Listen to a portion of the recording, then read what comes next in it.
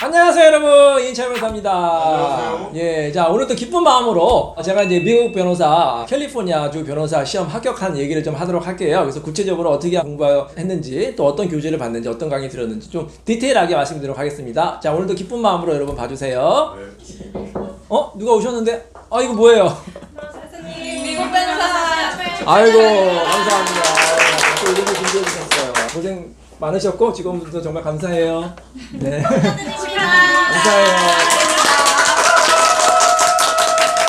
예. 감사합니다. 고마워요. 네. 감사합니다. 네. 좋으시겠어요. 네, 아유 행복이죠 뭐 이런 게. 회사의 모든 직원들이 축하해주고 네, 감사합니다. 또 이런 날이 오네요. 된다 보니까. 행복한 일입니다. 요즘 너무 행복해요.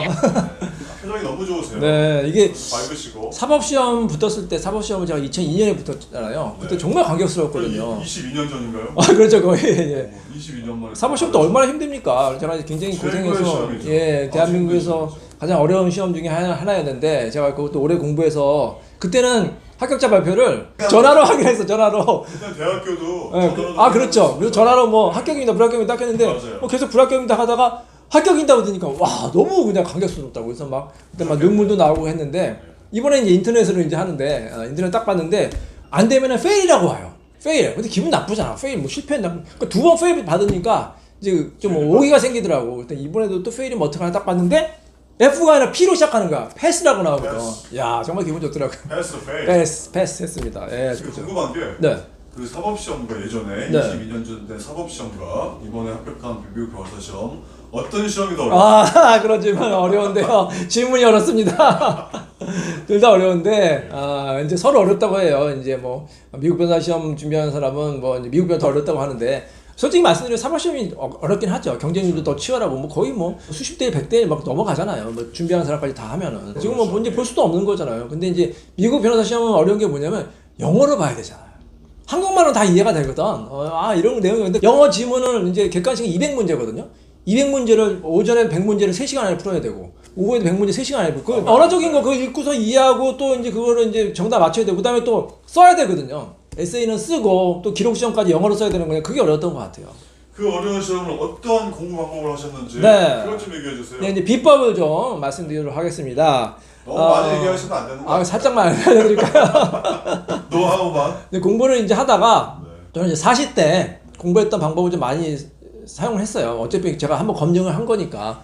제가 예전에도 기억나시는 사법시험 이제 공부법에서 이제 유튜브에 있거든요. 한번 참고해 보시고 여러 가지 방법이 있는데 일단은 처음에 이미지 학습법이라는 게 있어요. 이미지 학습법. 판례 같은 것도 이제 이미지화해서 그걸 그려가지고 이제 기억을 하자. 근데 지금은 이제 인터넷에 많이 이미지를 검색할 수가 있잖아요. 그래서 그 이미지 검색을 이용해서 예를 들어서 무슨 판례가 나왔다 그러면 그 이미지를 딱 이제 보는 거예요. 이미지를 보면서 같이 공부하는 거죠. 그러면 이제 머릿속에 이제 기억이 잘 되고 또 문제 풀 때도 그 이미지화했어요. 어쨌든 다 사례잖아요. 문제가 다 사례 케이스로 나오기 때문에 그 사례를 머릿속으로 이미지화해서 이제 생각을 하니까 굉장히 도움이 많이 됐어요. 그래서 이미지 학습법이 굉장히 도움이 됐고, 그 다음에 또 계속 우리가 책을 보거나 눈으로 보잖아요. 눈으로 하는 공부도 중요하지만 귀로 하는 공부도 중요하다.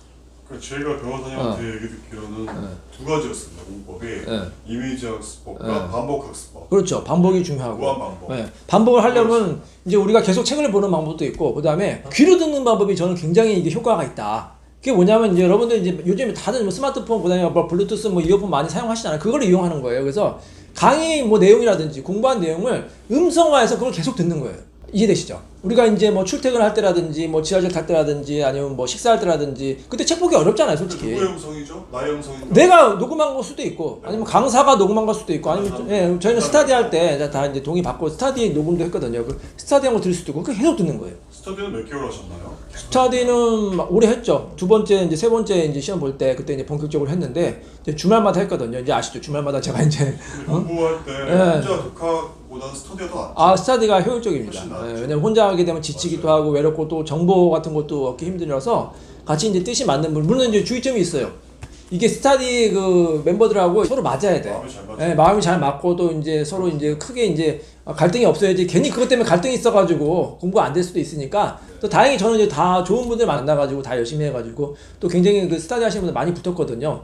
그래서 이제 굉장히 시너지 효과가 있었다. 그 스타디도 굉장히 여러분께 추천을 드리고 또 좋은 점이 뭐냐면 혼자서 공부하는 양을 한정이 돼. 예를 들어서 내가 오늘 뭐 100페이지까지 볼 수 있다. 스타디온 5명이면 500페이지를 볼 수가 있잖아요. 그래서 자기가 공부한 걸 발표를 할 수가 있는 거예요. 그럼 5배의 효율이 생기잖아요. 그래서 스타디가 굉장히 저는 유용했다. 그래서 굉장히 많이 도움을 받았고 다시 한번 우리 스타디원들한테 감사 인사를 좀 드리고 싶습니다. 변호사님 굉장히 바쁘신 분으로 제가 알고 있어요. 그렇죠. 너무 잘 아는데 그 바쁜 와중에도 이 시험을 붙으시려면 시간 관리나 이걸 잘 하셨어야 될 텐데 어떻게 시간 관리하셨나요? 그러니까 그건 이제 사실 직장인이 있고 이제 전업 수험생이 있잖아요.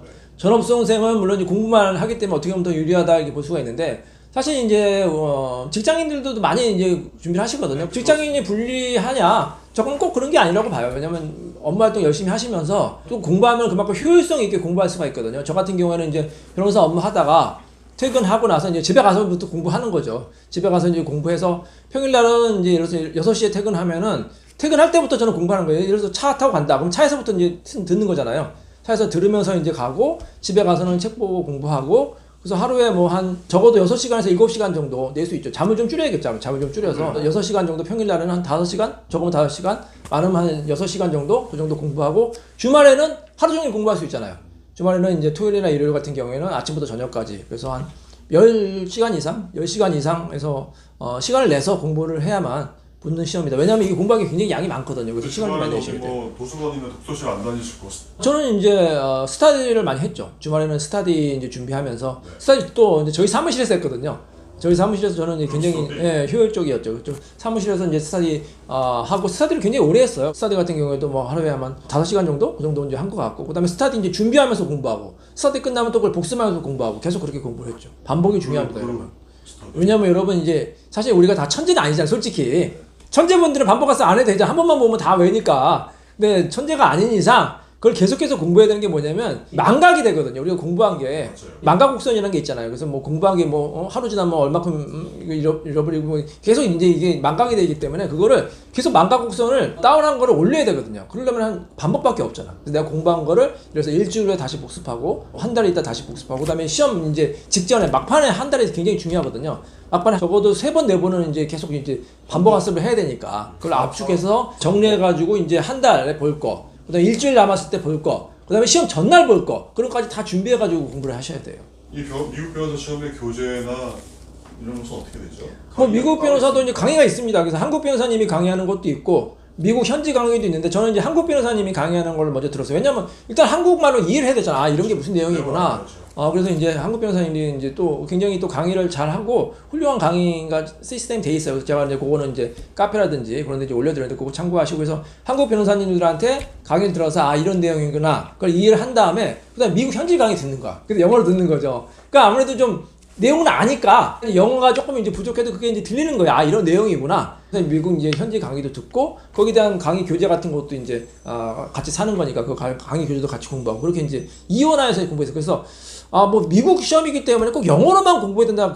저는 그게 아니라고 봐요. 물론 네이티브라든지 미국의 영어에 능통하신 분들은 이제 미국 교재라든지 강의만 봐도 이해가 되지만 사실 저희 같은 한국 사람은 영어 솔직히 이해하기 힘들잖아요. 미국 강사가 얘기하는 게 저게 무슨 내용 그렇기 때문에 한국말로 하는 건 저는 충분히 좋다고 봐요. 그래서 한국말로 일단 충분히 숙지를 하고 저는 막판까지도 한국말로 계속 공부해. 그러니까 한국말하고 영어랑 같이 공부를 한 거죠.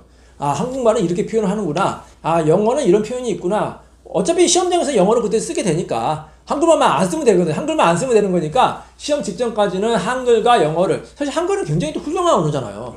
한국어를 굉장히 공부하게 되게 훌륭하죠. 뭐 세계 최고의 언어라고 하니까 이 훌륭한 언어를 왜 안 하냐고 공부 방법이 있는데 그렇잖아요. 그래서 한글을 충분히 저는 활용하라 이렇게 말씀을 드리고 싶어요. 정말 중요한 질문이 하나 있는데 네. 변호사님의 이 합격의 이 중요한 노하우들을 그대로 다른 분 강의만 볼 게 아니라 직접 뭐 누구한테 좀 아. 전달한다든지 강의를 하시는 아, 분 예. 계신가요? 제가 뭐 강의를 워낙 또 좋아하잖아요. 뭐 아시죠? 홍 이사님하고도 많이 강의하러 갔고 시방에 뭐 저희 네. 법률 강의도 많이 가셨어요. 인기 많았죠. 인기 많아서 제가 좀 호응이 참 좋습니다. 예, 강의하는 거 굉장히 좋아하고 또 많은 분들이 강의가 굉장히 또 재밌었다, 이해가 잘 된다고 이렇게 칭찬해 주셔가지고 제가 미국법 공부하면서도 미국법도 좀 강의하고 싶다. 제가 워낙 강의하는 거 좋아해서 좀 나름대로도 공부가 있기 때문에 그런 강의를 앞으로 이제 계획을 하고 있습니다. 여러분 많이 좀 관심 가져주세요. 많은 분들이 아마 좋아하실 것 같습니다. 네. 자, 여러분 좀 도움이 되셨나요? 공부법 이런 것도 한번 보시고 다만 이제 좀 말씀드릴 게 뭐냐면.